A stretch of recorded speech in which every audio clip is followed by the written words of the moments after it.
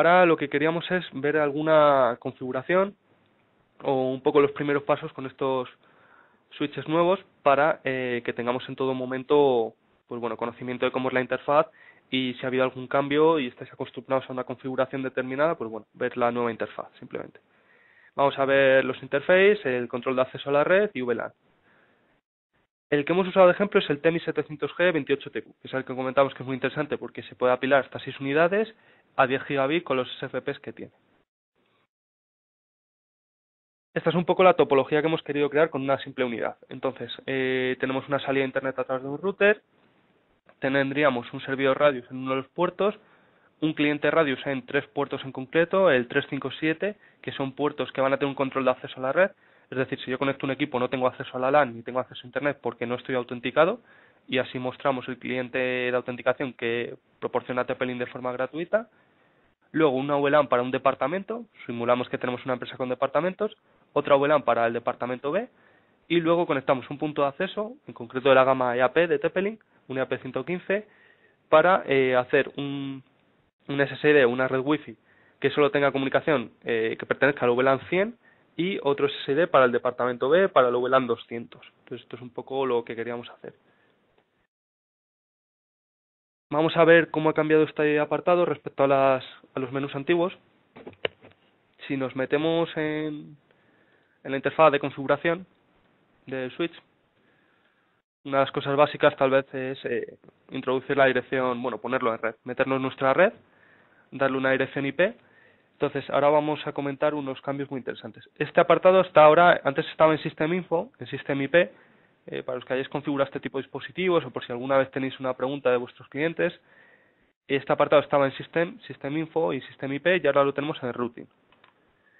Este apartado se ha cambiado completamente. Antes teníamos solo la posibilidad de una IP y de una máscara, ya nos permite una IP o una interfaz con IP y máscara estático por DHCP o por BootTP, pero para cada VLAN. Entonces podemos, en este caso, para el VLAN 1, la VLAN por defecto, le hemos dado esta IP, la 10.254, que es a través de la que estoy haciendo. Pero si en la VLAN 2, por ejemplo, o la VLAN con ID 5, tenemos otra subred, otra red, porque tenemos un switch capa 3 por encima de este, y tenemos otro direccionamiento, podemos hacer también a través de esa subred. Creamos aquí una interfaz, le decimos que es la VLAN 5, por ejemplo, decimos que va a ser una IP estática, le damos una IP y creamos la interfaz. Entonces este multi-interfaz que tiene ahora no lo tenían las versiones antiguas y es algo que se ha metido en los nuevos modelos. Entonces aquí lo meteríamos en nuestra red.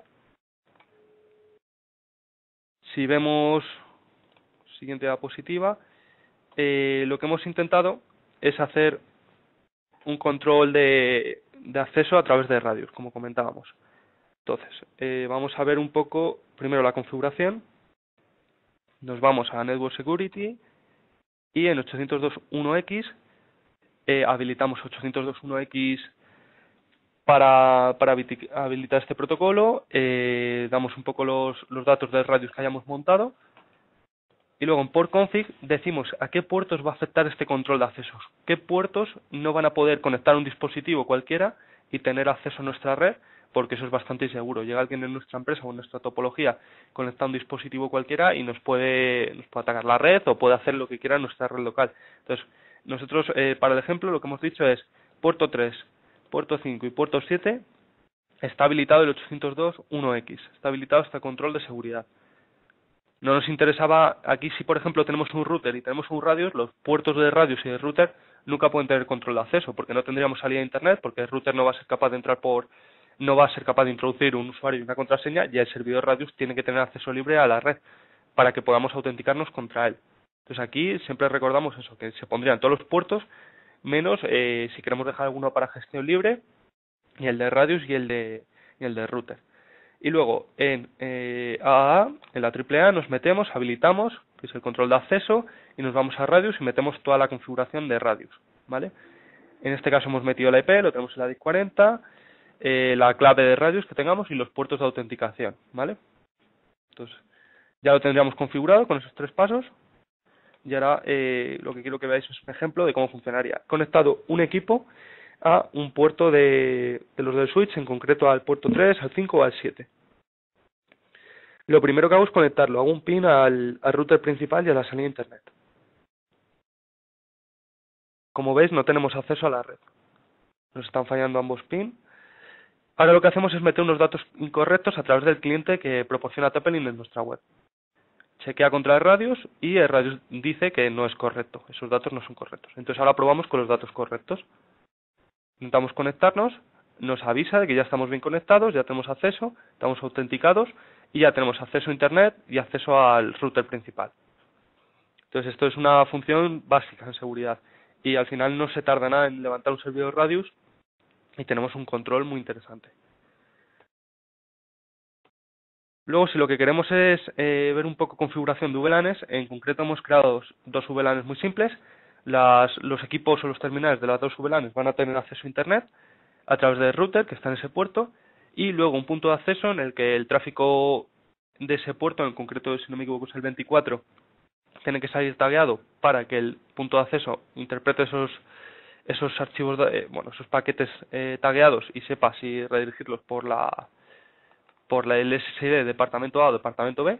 Entonces vamos a ver esa configuración. Nos vamos a VLAN, 802.1q VLAN, y aquí hemos creado las dos VLANs. Vamos a ver. La VLAN 100, DI de 100, departamento A, pues le hemos dicho que el puerto 2, que es el de salida a internet, donde está el router, pertenece a ese VLAN para que tengamos salida a internet. Y luego 10, 12, 14, 9, 11, 13, tienen también, los marcamos como puertos sin taguear, porque lo que va a ir a continuación son equipos normales, no entiende el tráfico tagueado. Y luego añadimos el puerto 24, que es donde tenemos el punto de acceso, como tagueado. ¿Por qué? Porque el punto de acceso sí que va a entender que un SSID concreto está asociado a un tráfico tagueado y sí que le interesa pertenecer solo a esa VLAN, para que no tengan acceso a todo el resto de la red o a otra VLAN que tenemos de otro departamento. Entonces eso sería la configuración. Para la del departamento B similar, pero cambiamos puertos, compartimos el puerto de router, el puerto LAP o del punto de acceso estaría como tagueado y luego nos vamos a la configuración de puertos.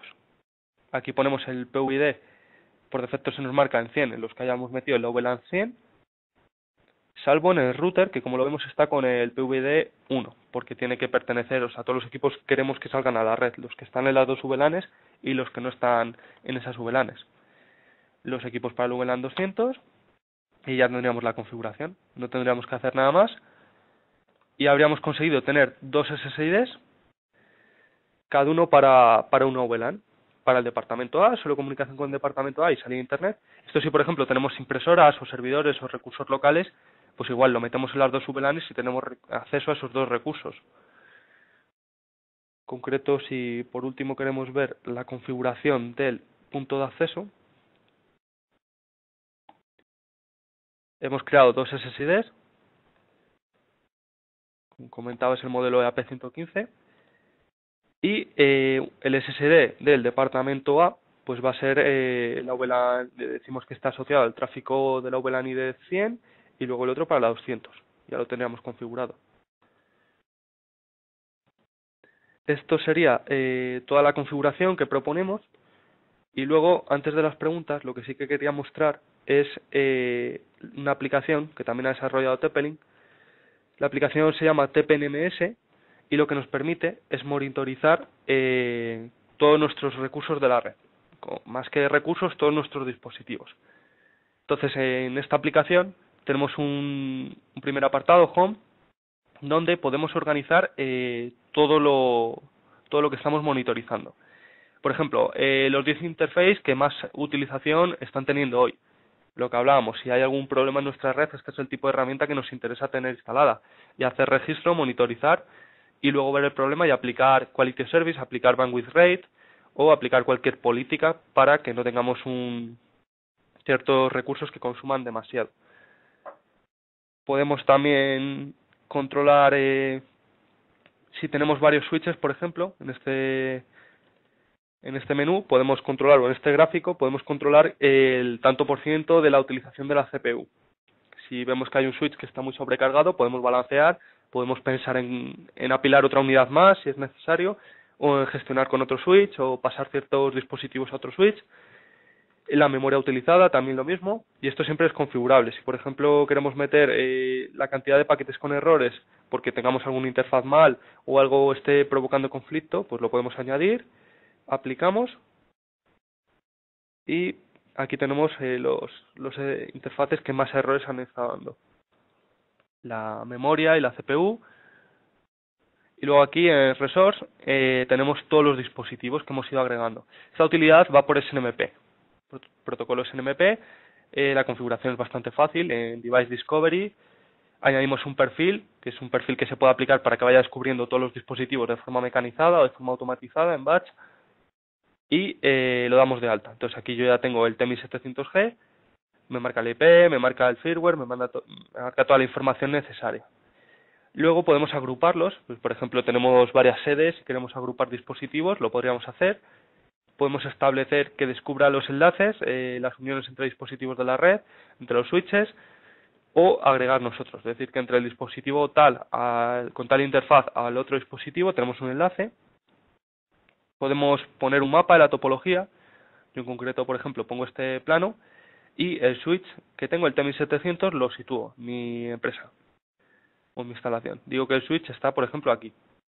Y luego incluso si tengo otro switch, que no es el caso, si tuviese otro, podría establecer un enlace entre esos dos switches. Para tenerlo todo de un vistazo, puedo ver toda la topología que tengo montada. Luego en el apartado monitor veríamos toda la información de cada dispositivo, si queremos monitorizar por tráfico SMP o por un tráfico concreto. Aquí podemos hacer nuestras propias gráficas y que nos las muestre en una página aparte. Alarmas, todo tipo de los traps de SNMP y cualquier alarma que tengan nuestros dispositivos por cualquier error o conflicto, porque conectamos algo indebido, porque hay algún problema con el dispositivo, porque se cae un dispositivo por una falta de alimentación, lo vamos a ver aquí siempre, ¿vale? Hay varios tipos de alarmas, hay predefinidas y podemos añadir perfiles de alarma. Estas son un poco las que nos dan las plantillas de SNMP, pero bueno, podríamos añadir alarmas porque se ha caído un enlace, porque por ejemplo hay mucha carga de CPU en un dispositivo, por cualquiera de estos criterios, que hay bastantes criterios posibles, nos va a permitir monitorizar. En los avisos de aquí arriba vemos de mayor importancia a menor importancia. Podemos hacer usuarios y agruparlos. Y luego otro apartado que me parece muy interesante es este. En este apartado podemos planificar, tenemos un planificador horario, temporal o semanal, en el que podemos hacer backups o configurar backups diarios, semanales de la configuración de los switches. Entonces esto está muy bien para cuando tenemos 15 switches en la instalación, hacer un backup global a un equipo que tenga instalada esta aplicación. Al final solo necesitamos un equipo con sistema operativo Windows, instalar esta aplicación que es gratuita, y la capacidad de gestión que tiene es hasta 200 dispositivos de red, hasta 200 switches, que ya es bastante. Y por ejemplo, esto es un ejemplo que hice de hacer un backup, hacer backup de dispositivos o incluso meter firmware en lo que es la aplicación y que vaya actualizando firmware de todos los dispositivos con mismo modelo. Hace una especie de base de datos de firmware y los puede ir actualizando. Y luego tareas en general que podemos programar, tareas de backup, tareas de firmware. Y bueno, aquí es más apartado. En el apartado System vemos configuraciones que nos permite. Hay varios roles. Si solo queremos que haya un administrador en la red en cada sede y nosotros queremos ser el administrador global, pues podemos levantar un operador o un observer y que solo pueda monitorizar y indicarnos, oye, pues estoy viendo que tal switch está sobrecargado porque tenemos ciertos dispositivos o hay conflicto con 2 o 3 dispositivos de nuestra red. Entonces siempre al final, cuando tenemos un problema, este tipo de aplicaciones son las que nos ayudan a ver la solución, porque si no, no vamos a saber, va a ser mucho más complejo auditar o ver dónde está el problema. Entonces nos simplifica la gestión de cara a los backups, a los firmware y la monitorización.